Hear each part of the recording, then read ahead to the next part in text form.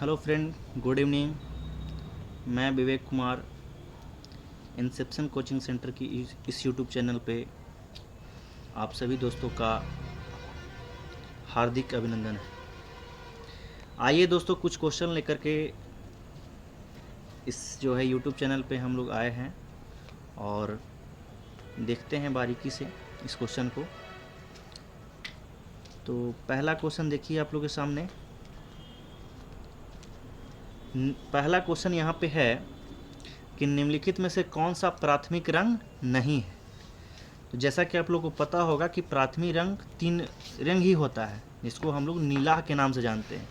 क्या बोलते हैं? नी ला हा। ये हम लोग ट्रिक होता है। नी से हो गया नीला, ला से हो गया लाल और हा से हो गया हरा। नी ला हा, नीला। नी से नीला, ला से लाल और हा से हरा। लेकिन आपको ऑप्शन में नीला है, लाल है, लेकिन हरा नहीं है, यानी ये 2 ऑप्शन गलत है। एक ऑप्शन को हरा होना चाहिए था, तब एक ऑप्शन आपका जो है असत्य माना जाता। ठीक है, तो ये 3 रंग जो है, जिसको हम लोग नीला जो के नाम से जानते हैं, वो प्राथमिक रंग के श्रेणी में आता है। ठीक है, तो इसका जो आंसर कोई भी नहीं होगा, क्योंकि 2 ऑप्शन जो है इस रंग के श्रेणी में नहीं आता है। ठीक है, और यदि प्राथमिक रंग की हम बात करें तो टेलीविज़न जो होता है, रंगीन टेलीविज़न, वो रंगीन टेलीविज़न में हम लोग प्राथमिक रंग का यूज करते हैं। ठीक है, जो भी रंगीन टेलीविज़न होगा उसमें लाल, हरा और नीला का ही उपयोग करते हैं। ठीक है, और जैसे पूरक रंग किसको कहते हैं, तो श्वेत प्रकाश जो भी उत्पन्न करता है, जो रंग मिल करके, उसको हम लोग पूरक रंग कहते हैं। जैसे मान ली कि लाल है और लाल और प्लस में पीकॉक नीला, लाल और प्लस पे पीकॉक नीला को यदि हम मिलाया जाता है तो ये सफ़ेद मिलता है, सफ़ेद बनता है। इसको हम क्या कहते हैं? इसको पूरक रंग कहते हैं। इसको क्या कहते हैं? पूरक रंग कहते हैं। इसको क्या कहते हैं? पूरक रंग कहते हैं। उसी तरह से मान ली हरा, हरा, हरा प्लस मैजेंटा, हरा प्लस मैजेंटा, हरा और प्लस में मैजेंटा, हरा प्लस मैजेंटा क्या बनता है? तो ये सफ़ेद बनता है। हरा प्लस मैजेंटा क्या बनता है? सफ़ेद। इसे भी हम क्या कहेंगे? पूरक रंग। यानी 2 रंग जो मिल करके सफ़ेद में कन्वर्ट हो, उसको हम लोग पूरक रंग कहते हैं। तो प्राथमिक रंग हम लोग जान लिए और पूरक रंग भी हम लोग जान लिए। कुछ और चीज़ जैसे जानते हैं, जैसे जैसे जो भी चीज़ रिफ्लेक्ट कर, अवशोषित जो भी चीज़ कर लिया कलर, तो वो काला होता है। ठीक है, और जो रिफ्लेक्ट कर दिया वो सफ़ेद होता है। इसीलिए कभी कभी जब पूछता है क्वेश्चन कि गर्मी के दिनों में सफ़ेद वस्त्र धारण क्यों किया जाता है, तो इसका रीज़न यही है कि सफ़ेद वस्त्र जो है, जो भी उसके किरण आते हैं, लाइट आते हैं, उसको रिफ्लेक्ट कर देती है, लेकिन ब्लैक जो होता है वो अवशोषित कर लेती है। ठीक है, तो इसी कारण से जो है आदमी सफ़ेद वस्त्र ही धारण करता है। चलिए अगला क्वेश्चन हम लोग आते हैं सर। अगला क्वेश्चन है कि माइक्रोस्कोप का प्रयोग निम्नलिखित में से किसके अध्ययन करने में किया जाता है। तो माइक्रोस्कोप का प्रयोग निम्न में से किसके अध्ययन करने किया जाता है? तो सूक्ष्म एवं पास की वस्तुएं को देखने में किया जाता है। माइक्रोस्कोप को हम लोग हिंदी में क्या कहते हैं? तो सूक्ष्मदर्शी कहते हैं। माइक्रोस्कोप को क्या कहते हैं? सूक्ष्मदर्शी कहते हैं। वह छोटी सी छोटी वस्तु जिसको आवर्धित यानी बड़ा करके देखा जा सकता है, अतः जिन वस्तुओं को आँखों से नहीं देखा जा सकता, उसे देखने के लिए जिस उपकरण का हम लोग प्रयोग करते हैं, उसे हम लोग क्या कहते हैं? माइक्रोस्कोप कहते हैं। उसे क्या कहते हैं? माइक्रोस्कोप कहते हैं। ठीक है, कुछ और चीज़ें हैं, जैसे हम लोग मान ली कि डिक्टाफोन, एक क्वेश्चन बहुत इंपॉर्टेंट है, डिक्टाफोन कभी कभी एग्जाम में पूछता है। डिक्टाफोन का यूज हम लोग कहाँ करते हैं? तो इसका उपयोग जो हम लोग बातचीत करते हैं, एक दूसरा को आवाज़ को सुनने में किया जाता है। प्रायः यह फ़ोन का जो है, डिक्टाफोन का यूज ऑफिस वगैरह में किया जाता है। तो इम्पोर्टेंट है, डिक्टाफोन का पूछता है कि डिक्टाफोन का जो प्रयोग कहाँ किया जाता है। तो डिक्टाफोन का प्रयोग जो है उस जगह किया जाता है जहाँ पे कोई व्यक्ति बात कर रहा है, तो उसको रिकॉर्ड को सुनने में किया जाता है। ठीक है, जैसे डायनेमोमीटर पूछता है कि डायनेमोमीटर का यूज हम लोग कहाँ करते हैं। तो इस यंत्र का यूज जो है ईंधन द्वारा उत्पन्न की गई शक्ति को मापने में करते हैं। ठीक है, डायनेमोमीटर भी पूछता है डायनेमोमीटर बोलेगा कि डायनेमोमीटर का यूज कहाँ करते हैं, तो डायनेमोमीटर को जो है यूज जो है इस यंत्र को ईंधन द्वारा जो भी उत्पन्न शक्ति होगा उसको मापने में हम लोग करते हैं। जैसे बोल दिया कि माइक्रोमीटर, तो माइक्रोमीटर यह एक प्रकार का पैमाना है जिसकी सहायता से मिलीमीटर के 11वें हजार भाग को ज्ञात हम लोग कर सकते हैं। ठीक है, जैसे आप लोग पूछा हाइड्रोमीटर, तो हाइड्रोमीटर से क्या मापा जाता है, हाइड्रोमीटर तो इससे घनत्व मापा जाता है। एक होता है हाईग्रोमीटर, ठीक है, एक है तो देखिए हाईग्रो, इसमें ग्रा में ये लग गया तो हाईग्रो, आर्द्रता में ये लग गया, आर्द्रता मापी, इसमें ये है तो इसमें ये, तो हाईग्रोमीटर बोलेगा तो आर्द्रता मापी। ठीक है, लेकिन आपको बोलेगा हाइड्रोमीटर, ड्रा मतलब होता है डेंसिटी, हाइड्रोमीटर बोलेगा आपको हाइड्रोमीटर, तो हाइड्रोमीटर से हम लोग क्या मापते हैं, घनत्व मापते हैं। हाइड्रोमीटर बोल देगा हाइड्रोमीटर से क्या मापते हैं, तो घनत्व। क्यों, क्योंकि डी से होता है डेंसिटी, और डेंसिटी मतलब होता है घनत्व। तो हम लोग इस तरह से कोरिलेट करके याद रखेंगे जिससे लंबे समय तक आपको जो है याद रहे। तो हाइड्रोमीटर से हम लोग क्या मापते हैं, घनत्व मापते हैं। ठीक है, तो इस तरह से बहुत सारा चीज़ है। जैसे मान ली कि बैरोग्राफ बोल देगा तो इसके द्वारा जो वायुमंडलीय दाब मापते हैं, या बोल देगा एनीमोमीटर तो या हवा की शक्ति को मापने में प्रयोग किया जाता है। पूछ देगा आपसे ऑडियोमीटर तो ध्वनि की तीव्रता मापने में करते हैं। पूछ देगा एरोमीटर तो इस वस्तु का प्रयोग वायु एवं गैस का भार तथा घनत्व मापने में करते हैं। तो इस तरह से बहुत सारा उपकरण है जिसको एग्जाम में लगभग पूछता है। ठीक है, ये सब हाईलाइटेड। जैसे सेक्सटेंट बोल देगा तो किसी भी चीज़ की ऊंचाई मापने, या मीनार हो या किसी भी चीज़ की ऊंचाई मापने में सेक्सटेंट का प्रयोग करते हैं। ठीक है, ये आप बोलेगा स्पीडोमीटर, तो स्पीडोमीटर कहाँ प्रयोग करते हैं, तो यह गति को प्रदर्शित करने वाला उपकरण है। जैसे ट्रक हो गया, कार हो गया, कोई भी वाहन को जो है इसी स्पीडोमीटर से ही हम लोग मापते हैं। विस्कोमीटर आपको बोल देगा तो कोई भी चीज़ के श्यानता, विस्कोसिटी को मापते हैं हम लोग विस्कोमीटर से। ठीक है, तो इस तरह के बहुत सारा चीज़ है, इसको हम लोग अभी और देखेंगे। ठीक है, अगले क्वेश्चन की हम लोग तरफ आते हैं। अगला क्वेश्चन है कि किस रक्त समूह वर्ग यूनिवर्सल डोनर, सीधी सी बात है, यूनिवर्सल डोनर हम लोग किसे कहते हैं, बताइए, आप लोग जवाब दीजिए, कमेंट कर सकते हैं कि यूनिवर्सल डोनर किसे कहते हैं। तो सभी लोग जानते हैं ओ जो होता है, ओ यूनिवर्सल डोनर की श्रेणी में आता है। वो क्या होता है, यूनिवर्सल डोनर होता है। तो इसका आंसर आपका हो जाएगा ओ क्या होता है, यूनिवर्सल डोनर, इसका आंसर 1 हो जाएगा। लेकिन ए बी बोल देगा तो क्या, यूनिवर्सल रिसेप्टर होता है, यानी सर्वग्राही बोलेगा। सर्वग्राही कौन होता है, तो ए बी होता है आपका यूनिवर्सल रिसेप्टर। ए होता है एंटीजन और बी बोलेगा तो एंटीबॉडी। ठीक है, क्योंकि ये दोनों एक साथ नहीं रह पाते हैं। ठीक है, क्योंकि ये आपस में मिलकर जो अत्यधिक चिपचपे हो जाते हैं इसलिए नष्ट हो जाएंगे, इसलिए दोनों अलग अलग रहते हैं। ठीक है, तो वो आपका हो गया आंसर, इसका यूनिवर्सल डोनर हो गया, यानी सर्वदाता जिसको बोलते हैं, यानी वो जो भी ग्रुप को हो गए व्यक्ति वो सभी को दे सकते हैं। ठीक है, लेकिन ए बी जो होगा सभी को दे नहीं सकते हैं, सभी से ले सकते हैं। ठीक है, ऐसे आर एच फैक्टर की हम लोग बात कर रहे हैं। आर एच फैक्टर 1940 में लैंड स्टीनर एवं बीनर 2 व्यक्ति ने मिल करके जो है इसका पता लगाया था आर एच फैक्टर का। जैसे ओ पॉजिटिव हो गया, हालांकि देखिए ओ पॉजिटिव हम लोग लिखते ज़रूर हैं, ठीक है, लेकिन हमको माना जाता है ओ निगेटिव वहाँ पे। ठीक है, तो इसे ध्यान में रखिएगा। और मनुष्य के जो ब्लड ग्रुप है, रक्त समूह का खोज लैंड स्टीनर साहब ने किए थे। जैसा कि आप लोग को पता होगा, लैंड स्टीनर साहब ने रक्त समूह का खोज किए हैं। कब, तो 1900 ईस्वी में। 1900 ईस्वी में लैंड स्टीनर साहब ने खोज किया था किसका, रक्त समूह का। ठीक है, रक्त समूह 4 प्रकार के होते हैं, ए होता है, बी होता है, ए बी होता है और ओ होता है। 4 प्रकार का होता है, ए बी, ओ और बी। ठीक है, तो अगले क्वेश्चन की तरफ हम लोग अब बढ़ते हैं। और कुछ और भी चीज़ें से इसमें आप देख सकते हैं। जैसे आप आरबीसी और डब्ल्यूबीसी के बारे में जानें। जैसे आरबीसी हो गया लाल रक्तकण और डब्ल्यूबीसी हो गया श्वेत रक्तकण, जिसको हम लोग रेड ब्लड कॉर्पल्स कहते हैं और इसको वाइट ब्लड कॉर्पल्स कहते हैं। आरबीसी क्या हो गया भाई, तो सबसे पहला चीज़ कि आरबीसी जो है इसका जीवन काल जो कि पूछता है, आरबीसी का जीवन काल पूछेगा कितना होता है, तो आरबीसी का जीवन काल आपका 20 से 120 दिन होता है। आरबीसी का जीवन काल कितना होता है, 20 से 120 दिन होता है। ठीक है। आरबीसी का जीवन काल कितना 20 से 120 दिन होता है।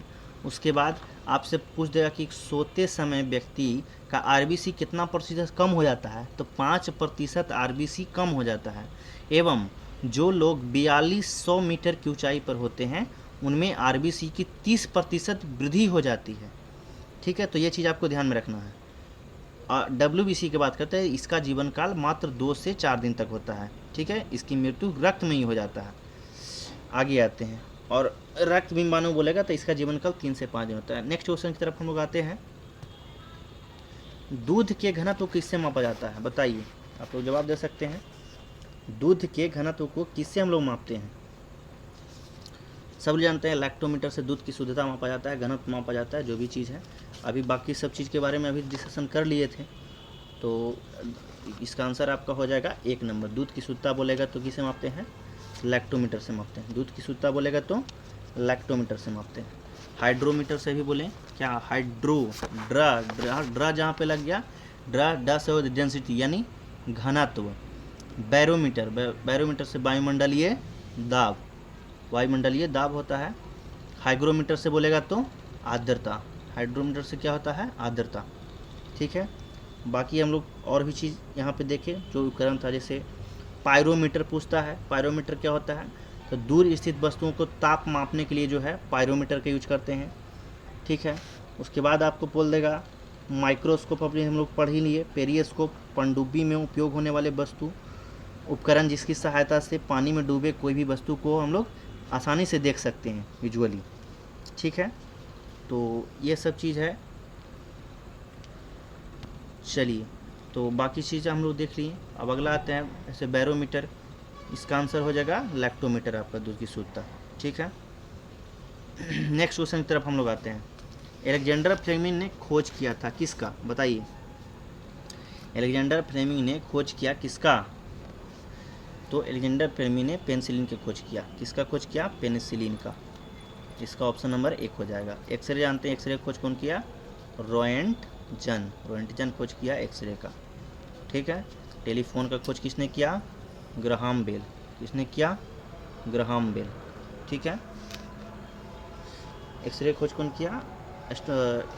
एक्सरे खोज किया आपको रोएंटजन, और इसका खोज किया ग्राहम बेल किया, टेलीफोन का। ठीक है, तो इसका ऑप्शन नंबर आपका 1 हो जाएगा। बाकी और भी जैसे बोलेगा कि गामा किरण, गामा किरण का आपको बोल देगा गामा किरण खोज कौन किया है? तो गामा किरण खोज किया है पॉल विलार्ड। कौन किया है? Paul Willard. गामा किरण खोज किया पॉल विलार्ड। बोले एक्स किरण हम लोग पढ़ लिए। परावैग्निक किरण बोलेगा, परावैग्निक किरण, परावैग्निक किरण बोलेगा तो परावैग्निक किरण बोलेगा तो रीटर, परावैग्निक किरण बोलेगा तो रीटर। ठीक है, एक्स किरण बोलेगा तो रोएंटजन, गामा किरण बोलेगा तो पॉल विलार्ड, परावैग्निक किरण बोलेगा तो रीटर। ठीक, उसी तरह से दृश्य किरण, दृश्य किरण बोलेगा तो दृश्य किरण कौन किया है? न्यूटन साहब किए थे। दृश्य किरण की खोज कौन किया है? न्यूटन साहब किए थे। ठीक, अवरक्त किरण बोलेगा तो अवरक्त किरण बोलेगा तो हर्शेल साहब किए। अवरक्त किरण बोलेगा तो हर्शेल साहब किए। अवरक्त किरण खोज कौन किया है? हर्शेल साहब किए। अवरक्त किरण खोज किया है हर्शेल साहब किए। ठीक है, तो ये सब चीज़ है, कुछ आपको ध्यान में रहे। जैसे गामा किरण बोलेगा पॉल विलार्ड, एक्स किरण बोलेगा रोएंटजन, परावैग्निक किरण बोलेगा तो रीटर, दृश्य किरण बोलेगा तो न्यूटन, अवरक्त किरण बोलेगा तो हर्शेल। ठीक है, एक और पूछता है, जैसे दीर्घ रेडियो तरंग, दीर्घ रेडियो तरंग आपको बोल देगा दीर्घ रेडियो तरंग, दीर्घ रेडियो तरंग बोलेगा तो क्या है? मार्कोनी साहब किए थे, जी मार्कोनी साहब ने दीर्घ रेडियो तरंग खोज किया। और एक होता है लघु रेडियो तरंग, लघु रेडियो तरंग बोलोगे तो हेनरिक हटर्ज। कौन किए हैं? हेनरिक हटर्ज साहब ने किए थे। ठीक है, अगले क्वेश्चन की तरफ हम लोग आते हैं। संस्कारों की कुल संख्या कितनी है? जो भी हिंदू धर्म के व्यक्ति हैं उनको ये जवाब देना चाहिए। गर्व की बात है कि हिंदू जो है, संस्कारों की कुल संख्या कितनी है? तो संस्कारों की कुल संख्या आपका है 16। कितना है? 16 है। ठीक है। सनातन धर्म के अनुसार जो है हिंदू कुल को संस्कारों को 16 भागों में बांटा गया है। जब कोई भी गर्भाधारण संस्कार से लेकर के ठीक है मृत्यु संस्कार तक 16 संस्कारों में विभक्त किया गया है, 16 श्रेणी में विभक्त किया है। जैसे हिंदू धर्म में श्रेणी जो होता है, जैसे ओम, इतिहास में बोलेगा तो देवता, ठीक है, संप्रदाय में बोलेगा तो पूजा, आस्था दर्शन में बोलेगा तो पुनर्जन्म या मोक्ष, कर्म बोलेगा तो माया, दर्शन बोलेगा तो धर्म, ठीक है, युग बोलेगा तो संस्कार, भक्ति बोलेगा तो हिंदू दर्शन, ग्रंथ शास्त्र की बात करते हैं तो वेद संहिता बोलेगा तो वेदांग, ब्राह्मण ग्रंथ बोलेगा तो आरण्यक, उपनिषद बोलेगा तो श्रीमद् भागवत गीता, रामायण बोलेगा तो महाभारत, सूत्र बोलेगा तो पुराण, शिक्षापत्री बोलेगा तो प्रचनामृत, संबंधित बोलेगा तो विश्व में हिंदू धर्म है, गुरु बोलेगा तो मंदिर देवस्थान है, यज्ञ बोलेगा तो मंत्र है, हिंदू पौराणिक कथाएं बोलेगा हिंदू पर्व है, विग्रह है। तो ये 16 प्रकार के जो अभी मैंने बताया, ये 16 प्रकार के संस्कार हैं। मैं फिर से एक बार रिपीट करना चाहता हूँ। जैसे हिंदू धर्म श्रेणी बोलेगा, जैसे ओम हो गया, इतिहास में बोलेगा तो देवता, संप्रदाय में बोलेगा तो पूजा, आस्था दर्शन में यदि पूछा जाए तो पुनर्जन्म मतलब मोक्ष, कर्म मतलब माया, दर्शन मतलब धर्म, युग मतलब संस्कार, भक्ति मतलब हिंदू दर्शन, ग्रंथ शास्त्र की बात करते हैं तो वेद संहिता बोलेगा तो वेदांग, ब्राह्मण ग्रंथ बोलेगा तो आरण्यक, उपनिषद बोलेगा तो श्रीमद् भागवत गीता, रामायण बोलेगा तो महाभारत, सूत्र बोलेगा तो पुराण, शिक्षापत्री बोलेगा तो ब्रच वचनामृत, संबंधित बोलेगा तो विश्व में हिंदू धर्म, गुरु बोलेगा तो मंदिर देवस्थान, यज्ञ बोलेगा तो मंत्र, हिंदू पौराणिक कथा बोलेगा तो हिंदू धर्म और विग्रह। तो ये 16 संस्कार थे। ठीक है, अगले क्वेश्चन की तरफ हम लोग आते हैं। अगला क्वेश्चन है कि अभिलेखों में किस शासक का उल्लेख प्रियदर्शी एवं देवनासी के रूप में देवाना प्रिय के रूप में किया गया है? बताइए, आप लोग जवाब दे सकते हैं। अभिलेखों में किस शासक का उल्लेख जो है प्रियदर्शी एवं जो है देवना प्रिय के रूप में किया गया है? बताइए इसका क्या आंसर होगा? तो इसका आंसर है आपका अशोक। अशोक का उल्लेख जो है प्रियदर्शी के रूप में कहा गया है। ठीक है, अशोक के बारे में हम लोग बहुत कुछ पढ़े हैं। जैसे सबसे पहले चीज़ तो हम लोग को ये जानना चाहिए कि अशोक जो है, अशोक के जो भी शिलालेख थे या अभिलेख थे उनको 3 भागों में बांटा गया। कौन कौन सा? सबसे पहले चीज़ हम लोग जानते हैं कि अशोक के शिलालेख जो है, ठीक है, वो 4 भाग में 4 लिपि में लिखा गया। कौन कौन लिपि? तो ब्राह्मी,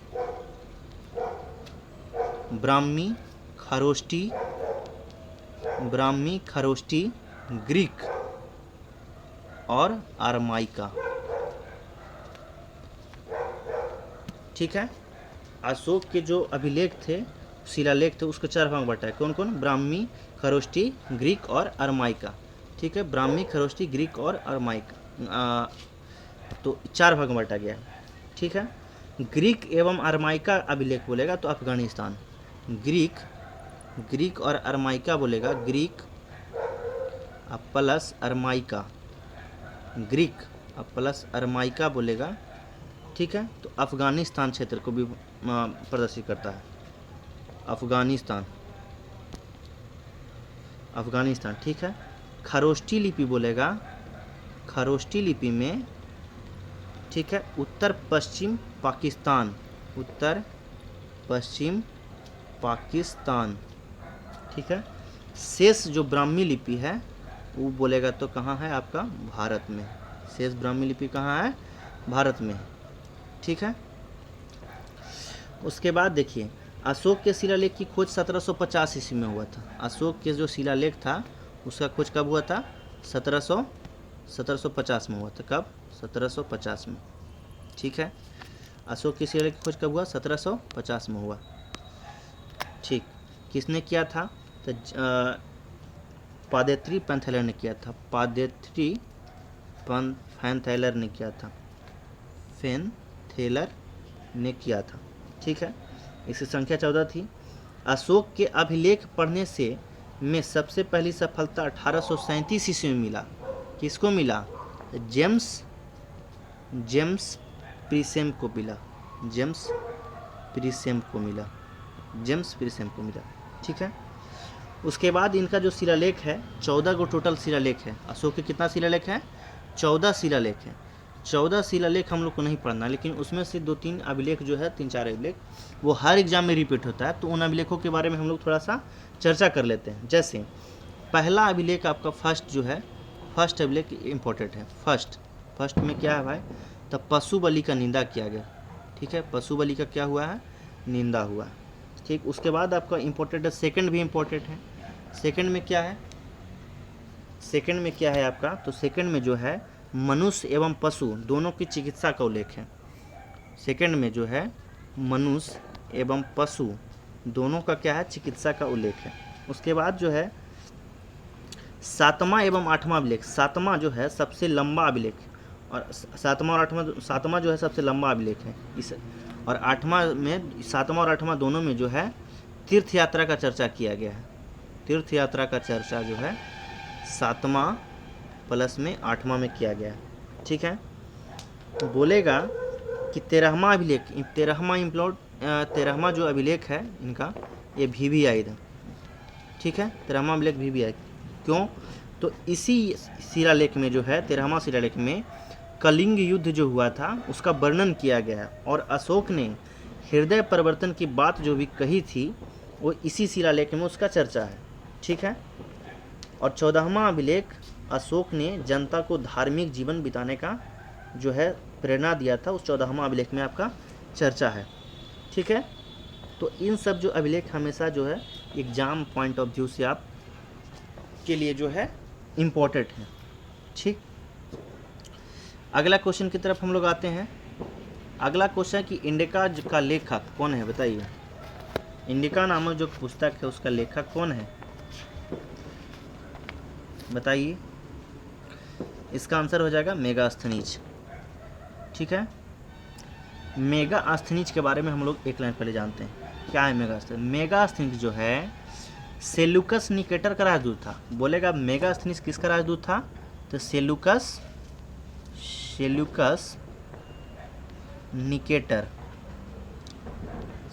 निकेटर का राजदूत था। मेगास्थनीज किसका राजदूत था, सेलुकस निकेटर का राजदूत था, जो चंद्रगुप्त मौर्य के दरबार में रहता। किसके दरबार में रहता था, तो मेगास्थनीज जो है चंद्रगुप्त मौर्य के दरबार में रहता था। किसके दरबार में रहता था, चंद्रगुप्त मौर्य के दरबार में रहता था। इसने अपनी पुस्तक लिखी थी, कौन सी पुस्तक, यही मेगास्थनीज से पुस्तक लिखा था, इंडिका। कौन सी पुस्तक, इंडिका पुस्तक। ठीक है, कुछ और जैसे है, जैसे मान लीजिए कि भारत का भूगोल पुस्तक पूछेगा आपसे, यानी एग्जाम में आ गया कि भारत का भूगोल नामक पुस्तक जो है किसने लिखा, भारत का भूगोल क्वेश्चन पूछ देगा। भारत का भूगोल नामक पुस्तक कौन लिखा भाई, तो भारत का भूगोल नामक पुस्तक लिखा है टॉलमी साहब ने लिखे। भारत का भूगोल नामक पुस्तक टॉलमी साहब ने लिखे हैं। बोल देगा नेचुरल हिस्ट्री पुस्तक कौन लिखा, तो आपको मारना पड़ेगा प्लिनी। नेचुरल हिस्ट्री कौन लिखा है, तो प्लिनी लिखे। नेचुरल हिस्ट्री नामक पुस्तक कौन लिखा, प्लिनी लिखा।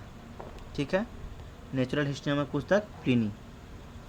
ठीक, उसके बाद जो है फाहियान के बारे में थोड़ा सा जानते हैं कि फाहियान जो है किसके दरबार में आया था, चंद्रगुप्त द्वितीय के दरबार में आया था। किसके दरबार में, चंद्रगुप्त द्वितीय के दरबार में आया था। 14 वर्ष तक भारत में रहा था फाहियान। ठीक है, हेनसांग में जानते हैं, तो हेनसांग जो है यह हर्षवर्धन के शासनकाल में आया था। किसके शासनकाल में, हर्षवर्धन के शासनकाल में आया था। 629 ईस्वी में आया था। कब आया था, 629 ईस्वी में आया था, और 645 ईस्वी में लौट के गया, और 647 ईस्वी में मृत्यु हो गया। किसका, तो हेनसांग का। ठीक है, ये जब आया था तो इस पुस्तक लिखी थी, कौन सी पुस्तक, CU की नामक पुस्तक लिखा था।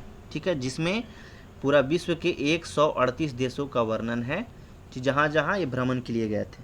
ठीक है, हेनसांग जब भारत में आए थे तो सबसे पहले नालंदा विश्वविद्यालय गए थे, और वहाँ के कुलपति जो उस समय थे आचार्य शिलभद्र थे, उनसे पहले जाकर दर्शन के मिले थे। ठीक है, और वहाँ के अध्ययन के बारे में उन्हें चर्चा किए थे। एक अलबरूनी का आता है पुस्तक, अलबरूनी आप लोग जैसा कि जानते होंगे, तो महमूद गजनवी के साथ भारत आया था। ठीक ना, इसका पुस्तक जो है उसको नाम है तहकीक ए हिंद या किताब उल हिंद।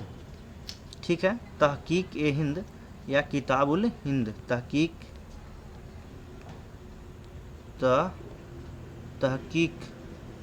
ए हिंद या किताब उल हिंद, तहकीक ए हिंद या किताब उल हिंद, या इसी का नाम है भारत की खोज पुस्तक लिखा है अलबरूनी ने। ठीक है, एक इब्न बतूता का भी पुस्तक एग्जाम में पूछा जाता है। इब्न बतूता कौन था? तो मोरक्को का यात्री था। इसका पुस्तक का नाम रेहला है। क्या नाम है पुस्तक का? रेहला। इसमें इसका जीवन का जो है वृत्तांत, मोहम्मद बिन तुगलक के जो शासनकाल में रहा उसका चर्चा, सारा चीज़ यहीं पे। चलिए नेक्स्ट क्वेश्चन की तरफ हम आते हैं। चलिए, शाहनामा के लेखक कौन है बताइए? शाहनामा के लेखक कौन है? शाहनामा के लेखक कौन है बताइए? आप लोग आंसर दीजिए। शाहनामा के लेखक कौन है? शाहनामा के लेखक फिरदौसी। ठीक है, शाहनामा के लेखक फिरदौसी है। ठीक है, शाहनामा के लेखक फिरदौसी है। इसका आंसर आपका हो जाएगा ऑप्शन नंबर बी, शाहनामा के लेखक फिरदौसी। ठीक है, और उतबी फारूकी ये सब जो है हुमायूं सब मेडेबल के जो है मध्यकालीन में था इसका। इसका आंसर शाहनामा के लेखक आपका फिरदौसी हो जाएगा। ठीक है, जैसे इसी में एक पुस्तक पूछता है कि हुमायूं नामा पुस्तक पूछेगा तो गुलबदन बेगम, आप लोग जानते होंगे। हुमायूं नामा पूछेगा तो गुलबदन बेगम। इसी में एक और पूछता है अबुल फजल के पुस्तक का नाम क्या है? तो अकबरनामा बोलेगा तो अबुल फजल, अकबरनामा बोलेगा तो अबुल फजल, अकबरनामा बोलेगा तो अबुल फजल, अकबरनामा बोलेगा तो आपका अबुल फजल। ठीक है, देखिए मिडेवल हिस्ट्री में 5 को शासक रहे। जिस पहले रहे थे बाबर 1526 से लेकर 1530। ठीक, बाबर के बाद उनके बेटे आए हुमायूं 1530 से लेकर 1556। हुमायूं के बाद आए 5 साल के लिए आए थे शेरशाह 40 से लेकर 45 के बाद जो है छोटा मोटा लड़ाई चलते रहा। उसके बाद जो है मेन शासक फिर जो है हुमायूं 1555 में आए, पंजाब के कलनौर नामक शासक से लड़े। ठीक है, लेकिन वहाँ पे भी हार गए। फिर 1556 से 1605 तक अकबर का कार्यकाल चला। 1556 से 1605 तक किसका कार्यकाल चला? अकबर का कार्यकाल। 1605 में जब अकबर का कार्यकाल खत्म हुआ उसके बाद जहांगीर का कार्यकाल स्टार्ट हुआ। 1605 से लेकर 1627 तक किसका कार्यकाल? जहांगीर का कार्यकाल। जहांगीर के खत्म होने के बाद 1627 से लेकर के 1657 तक शाहजहाँ के कार्यकाल चला। 1627 से लेकर 1657 तक किसका शासक? शाहजहाँ का। ठीक है, और उसके बाद शाहजहाँ के बाद 1658 से लेकर 1707 तक किसका आया? तो औरंगजेब का आया। ठीक है, इसमें कुछ हम लोग जैसे पॉइंट जानते हैं। जैसे देखिए अकबर जो है 4 गो युद्ध लड़ा। ठीक है, एक लड़ा पानीपत का प्रथम लड़ा, खानवा लड़ा, खानवा का युद्ध लड़ा, चंदेरी का युद्ध लड़ा।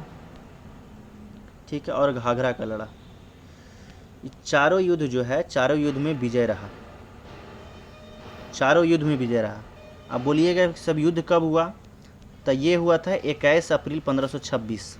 लिखने में प्रॉब्लम हो रहा है, ठीक ना, आप लोग सुन लीजिए, इस पर सुधार किया जाएगा। पानीपत का प्रथम बोलेगा 21 अप्रैल 1526। खानवा बोलेगा 17 मार्च 1527। चंदेरी बोलेगा तो 29 जून 1528। 29 जून बोलेगा 29 जून 1528। ठीक, घाघरा बोलेगा तो 6 मई 1529। चारों युद्ध में बाबर विजय रहा। बाबर एकमात्र मेवाड़ के शासक था जो सब युद्ध जीता, लेकिन इसी का जो बेटा हुमायूं आया सब का सब युद्ध हारा। ठीक है, 4 युद्ध भी लड़ा। देवरा का युद्ध लड़ा हुमायूं 1531 में हार गया। चौसा का युद्ध लड़ा 1539 में हार गया। बिलग्राम का युद्ध लड़ा 1540 में हार गया। बिलग्राम का युद्ध या कन्नौज का युद्ध उसी कहते हैं, दोनों हार गया। उसके बाद 1555 में जब लौट के आया 15 साल बाद 1555 में तब जीता। उसके बाद फिर 1556 में सीढ़ी से गिरने के कारण उसका जो मौत ही हो गया। ठीक, उसके बाद उसका फिर बेटा आया, अकबर आया 1556-1605 तक, सबसे लंबा कार्यकाल इसका रहा। बहुत सारा चीज़ें में डबल स्टिक बस, और क्वेश्चन आएगा तो हम लोग तभी चर्चा करेंगे। चलिए अगले क्वेश्चन की तरफ हम लोग आते हैं सर। अगला क्वेश्चन क्या है कि इंडिका हो गया, शाहनामा। चलिए अगला क्वेश्चन है कि गुरु नानक ने अपना उत्तराधिकारी जो है किसे सौंपा था, बताइए। गुरु नानक ने अपना उत्तराधिकारी किसको सौंपा था, यानी गुरु नानक के बाद कौन आया, क्वेश्चन यही कह रहा है। गुरु नानक, पहले ही बताइए सिख धर्म की स्थापना कौन किए थे, तो गुरु नानक, यानी प्रथम गुरु कौन थे, गुरु नानक। प्रथम गुरु कौन थे सिख धर्म के, तो गुरु नानक थे। प्रथम गुरु कौन थे, गुरु नानक। गुरु नानक के बाद सेकंड कौन आया भाई, तो गुरु अंगद। सेकंड कौन आया, इसका यानी जब इन्होंने जाने के बाद किसको सौंपा, तो गुरु अंगद को सौंपा, यानी सेकंड ऑप्शन ही हो जाएगा। पहला गुरु बोलेगा तो गुरु नानक। गुरु नानक जी ने क्या किए, तो ये सबसे पहले सिख धर्म का स्थापना किए थे गुरु नानक, ठीक है। ये बादशाह बाबर एवं हुमायूं के समकालीन थे। किसके समकालीन थे, बाबर एवं हुमायूं के समकालीन थे। यही गुरु नानक ने जो है, ठीक है, गुरु लंगर का नामक निःशुल्क जो है सहवाजी भोजन जो है, लंगर प्रथा जो चलता है सिख धर्म में, ये गुरु नानक साहब ने स्टार्ट किए थे। और गुरु अंगद साहब ने अपने कार्यकाल में इसको अस्थायी बनाए रखा था, ठीक है। और गुरु नानक की मृत्यु जो है 1538 ईस्वी में कहाँ हुआ था, तो करतारपुर में हुआ था। स्थान का नाम भी पूछता है, कहाँ हुआ था, तो करतारपुर में हुआ था। गुरु अंगद जो है सिख धर्म के दूसरा गुरु हैं, और इन्हीं को उत्तराधिकारी सौंपा गया था, यानी ऑप्शन नंबर आपका डी हो जाएगा। तीसरा गुरु बोलेगा तो तीसरा गुरु बताइए कौन था, ठीक है। तीसरा गुरु बोलेगा तो रामदास, चौथा बोलेगा तो अमरदास, पांचवा बोलेगा तो अर्जुन देव, छठा बोलेगा तो सिखों छठा गुरु बोलेगा तो हरगोविंद, छठा गुरु बोलेगा तो हरगोविंद, सातवां बोलेगा तो हर राय, आठवां बोलेगा तो कौन सा है जिसका चेचक से मृत्यु हुआ था, हर किशन।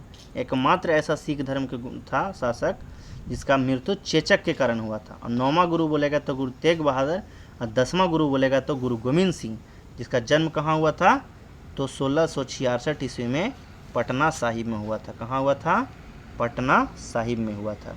सिखों के जो 5वें गुरु थे कौन थे, गुरु अर्जुन देव, ठीक है। इन्होंने आदि ग्रंथ की रचना की थी, ठीक है। और राजकुमार खुसरो की सहायता करने के कारण जहांगीर ने 1606 ईस्वी में मरवा दिया था, ठीक है।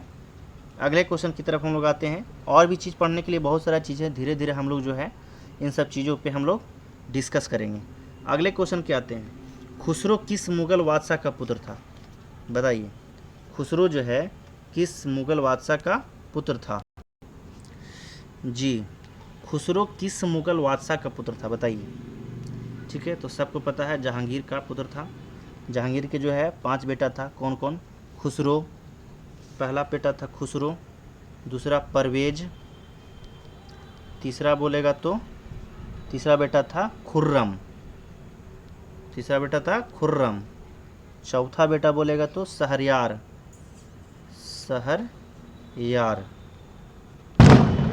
पांचवा बेटा बोलेगा तो जहांदार सा, जिसको लंपट मूर्ख भी कहते हैं, ठीक है। तो जहांगीर के ये 5 बेटा था। जहांगीर के सबसे पहले जानते हैं कार्यकाल कब से कब तक था, 1605 से लेकर के 1627 तक इसका क्या था, कार्यकाल था। किसका, तो जहांगीर का कार्यकाल था। जहांगीर को क्या कहते हैं, तो जहांगीर को जो है हम लोग न्याय का जंजीर कहते हैं। क्या कहते हैं, न्याय का जंजीर कहते हैं। किसको कहते हैं, तो जहांगीर को हम लोग न्याय का जंजीर कहते हैं। जहांगीर द्वारा शुरू की गई एक आत्मकथा था, क्या था, तुजुक ए जहांगीरी नामक जो है आत्मकथा को शुरू कौन किया था, जहांगीर ने शुरू किया था। किसने शुरू किया, जहांगीर ने।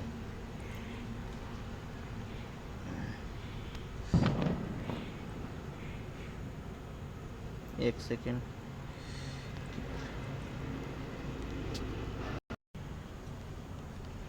चलिए तो यही सब है।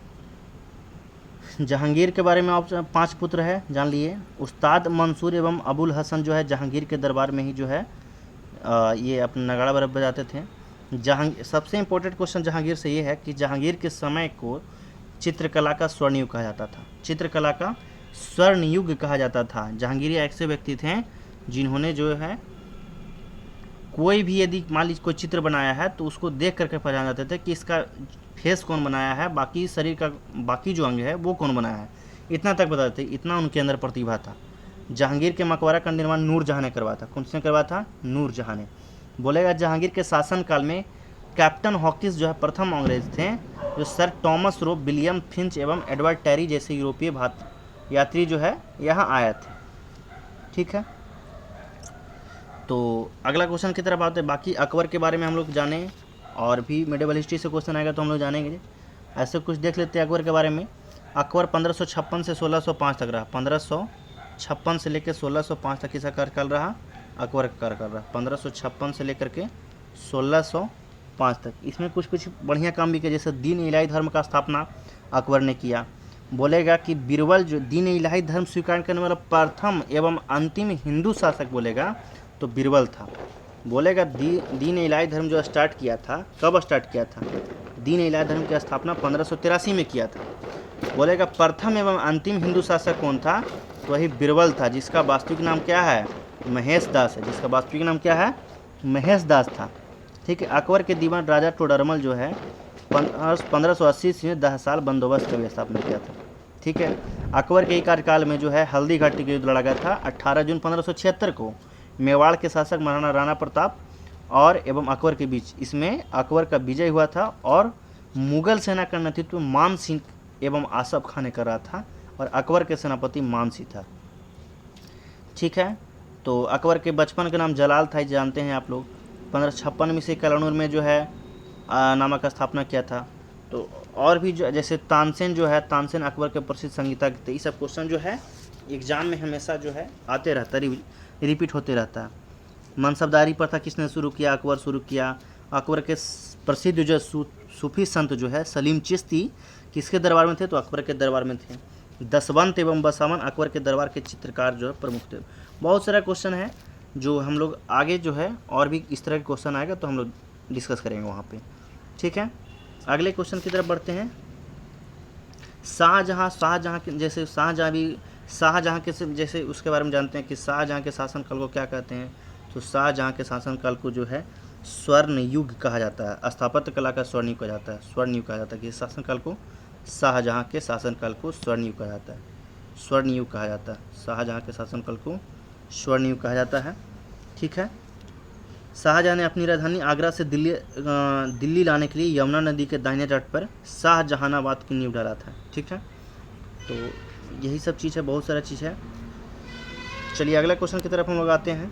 रेगुलेटिंग एक्ट जो है किस वर्ष आया था? रेगुलेटिंग एक्ट जो है किस वर्ष आया था? 1773 इसमें सब लोग जानते होंगे। ऑप्शन नंबर डी इसका हो जाएगा। ठीक है, उस समय 1773 इसमें जो रेगुलेटिंग एक्ट आया था, इसमें बंगाल के गवर्नर को बंगाल का गवर्नर जनरल कहा जाने लगा। 1773 के रेगुलेटिंग एक्ट के तहत बंगाल के गवर्नर को बंगाल के गवर्नर जनरल कहा जाने लगा। ठीक है, एवं मद्रास एवं बम्बई के गवर्नर इसके अधीन कर दिए गए। किसके अधीन? यानी कलकत्ता के अधीन, जिसका कार्यकाल कितना साल का? 5 साल का कर दिया गया। ठीक है, अगला क्वेश्चन की तरफ 1700 जानते हैं प्लासी का युद्ध हुआ था। 1764 में बक्सर का युद्ध हुआ, सब जानते हैं आप लोग। ठीक है, अगले क्वेश्चन की तरफ हम लोग आते हैं कि विलियम बेटिंग द्वारा सती प्रथा किस वर्ष समाप्त किया गया था? ठीक है, विलियम बेटिंग द्वारा जो है सती प्रथा किस वर्ष समाप्त किया गया था? तो हम लोग जानते हैं विलियम बेटिंग जो है उसका कार्यकाल कब से कब तक था? कार्यकाल ही उसका था 1829 से लेकर के 1836 तक था। कब से कब तक था? 18 तो इसका कार्यकाल 1829 नहीं, 1828 से लेकर 1835 तक था। लॉर्ड विलियम बेटिंग का कार्यकाल 1828 से लेकर 29 तक था। तब 27 होगा नहीं, 25 होगा नहीं, 1829 होगा इसका। ठीक है, इसी एक्ट के तहत जो सती प्रथा को जो है क्या कर दिया गया? समाप्त कर दिया गया था। ठीक है, इसके अलावा अभी एसआई का जो है पीटी में पूछा हुआ क्वेश्चन कि ठगी प्रथा को समाप्त किसने किया? ठीक है, तो ठगी प्रथा को भी समाप्त किया था लॉर्ड विलियम बेटिंग ने किया था। ठीक है, मैकाले के अनुशंसा पर अंग्रेजी को शिक्षा का माध्यम किसने बनाया? तो लॉर्ड विलियम बेटिंग ने बनाया। ठीक है, शिशु बालिका की हत्या पर प्रतिबंध लगाने वाला पहला शासक जो कौन सा? तो लॉर्ड विलियम बेटिंग था। बहुत अच्छा काम भी किया था इन्होंने। ठीक है, भारत का बोलेगा पहला governor general Lord William Bentinck को ही माना जाता है, ठीक है। और 1829 ईस्वी में राजा राम मोहन राय के सहयोग से सती प्रथा को किसे कार्यकाल में समाप्त किया गया, तो लॉर्ड विलियम बेटिंग के ही शासनकाल में समाप्त किया गया, ठीक है। बोलेगा कि एक और क्वेश्चन यहाँ से पूछता है कि लॉर्ड एमहर्स्ट के कार्यकाल में 23 से 28 के बीच में क्या हुआ था, तो बर्मा एवं अंग्रेजों के बीच यांडबू की संधि हुआ था। यांडबू की संधि लॉर्ड एमहर्स्ट के बीच में हुआ था। 1824 में बैरकपुर का सैन्य विद्रोह भी इसी के समय में हुआ था, ठीक है। उसके बाद संगोली की संधि आपको खूब पूछता है, 1816 में हुआ था। बोलेगा रविवार को छुट्टी जो हम लोग मनाते हैं वो कब से मनाते हैं, तो 1843 ईस्वी से प्रत्येक दिन रविवार को छुट्टी मनाया जाता है। उस समय कार्यकाल किसका था, तो लॉर्ड एलिनबरो का कार्यकाल था, ठीक है, लॉर्ड एलिनबरो का कार्यकाल था। चलिए अगले क्वेश्चन की तरफ हम लोग आते हैं। अगला क्वेश्चन है कि कौन सा मुगल बादशाह रंगीला बादशाह के नाम जानता है, तो मोहम्मद शाह जानते हैं। मोहम्मद शाह जो है इनको रंगीला बादशाह कहा जाता था, इसीलिए क्योंकि ये इतने नटखट थे, क्योंकि कभी कभी जो है स्त्रियों के बीच में नग्न यानी बिना वस्त्र धारण किए हुए जो है उन स्त्रियों के बीच में चले जाते थे, ठीक है, इसलिए इनको जो है रंगीला बादशाह के नाम से जाना जाता है। अगले क्वेश्चन की तरफ हम लोग आते हैं कि चार्ल्स वुड का आदेश निम्नलिखित में किससे संबंधित है, तो चार्ल्स वुड का जो है आदेश किससे संबंधित है, तो शिक्षा से संबंधित है। किससे संबंधित है, शिक्षा से संबंधित है, ठीक है। 1848 से लेकर 1800 जो है, हाँ 48 से लेकर 1856 तक कार्यकाल किसका रहा, तो लॉर्ड डलहौजी का कार्यकाल रहा। लॉर्ड डलहौजी के कार्यकाल में जो है 1854 ईस्वी में एक वुड डिस्पैच जो है शिक्षा से संबंधों के लिए एक नियम लागू किया गया, ठीक है। इसके अनुसार जिला में एंग्लो वर्नाक्युलर स्कूल एवं प्रमुख नगरों में सरकारी कॉलेजों तथा 1857 में तीनों प्रेसिडेंसियों में कलकत्ता, मद्रास एवं बम्बई में विश्वविद्यालय स्थापना किया गया।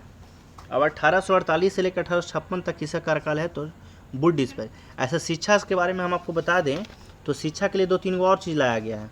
जैसे आपको बोलेगा कि सैडलर आयोग 1917 ईस्वी में जो सैडलर आयोग आया है, 1917 में सैडलर आयोग किसके लिए आया, तो शिक्षा के लिए आया है। रेले आयोग भी जो है, रेले आयोग भी शिक्षा से संबंधित है। सैडलर आयोग बोले, रेले आयोग बोले, वुड डिस्पैच बोले, सब शिक्षा से संबंधित है। 1848 से लेकर 1856 तक जो कार्यकाल है किसका कार्यकाल है, लॉर्ड डलहौजी का। इसमें 1852 ईस्वी में इनाम कमीशन का स्थापना किया था। बोलेगा डॉक्ट्रिन ऑफ लैप्स यानी व्यक्तिगत सिद्धांत का जनक किसे कहा जाता है, तो लॉर्ड डलहौजी को ही कहा जाता है, ठीक है। इसी के शासनकाल में क्या हुआ, तो इसी के शासनकाल में 3-4 गो युद्ध हुआ है। कौन कौन सा, इसके शासनकाल में कौन कौन सा युद्ध हुआ है, 3-4 गो युद्ध हुआ है। जैसे चिलैया वाला का युद्ध हुआ है, ठीक है, अफगान हुआ, द्वितीय अफगान युद्ध हुआ है, ठीक है। तो ये सब चीज़ जो है इसी शासनकाल में हुआ है। उसके बाद बोलेगा कि 1854 ईस्वी में पोस्ट ऑफिस एक्ट आया था, किसी शासनकाल में, इसी शासनकाल में 1854 में पोस्ट ऑफिस एक्ट आया था। बोलेगा कि शिमला को ग्रीष्मकालीन राजधानी जो बनाया गया इसी के शासनकाल में बनाया गया, 1853 ईस्वी में बनाया गया, ठीक है। तो आज तक का मेरा ये लास्ट क्वेश्चन था, ठीक है। कल कुछ अलग टाइप के क्वेश्चन लेकर के आपके बीच हम प्रस्थान होंगे, ठीक है। यदि वीडियो आपको अच्छा लगा होगा तो लाइक करें, शेयर करें और सब्सक्राइब करें। और कुछ कमी यदि किसी क्वेश्चन में है या किसी भी तरह का को आप कमेंट के माध्यम से ज़रूर हमें बताएं कि कहाँ कमी है, सुधारने की हम लोग कोशिश करेंगे। थैंक यू, गुड नाइट, शुभ रात्रि।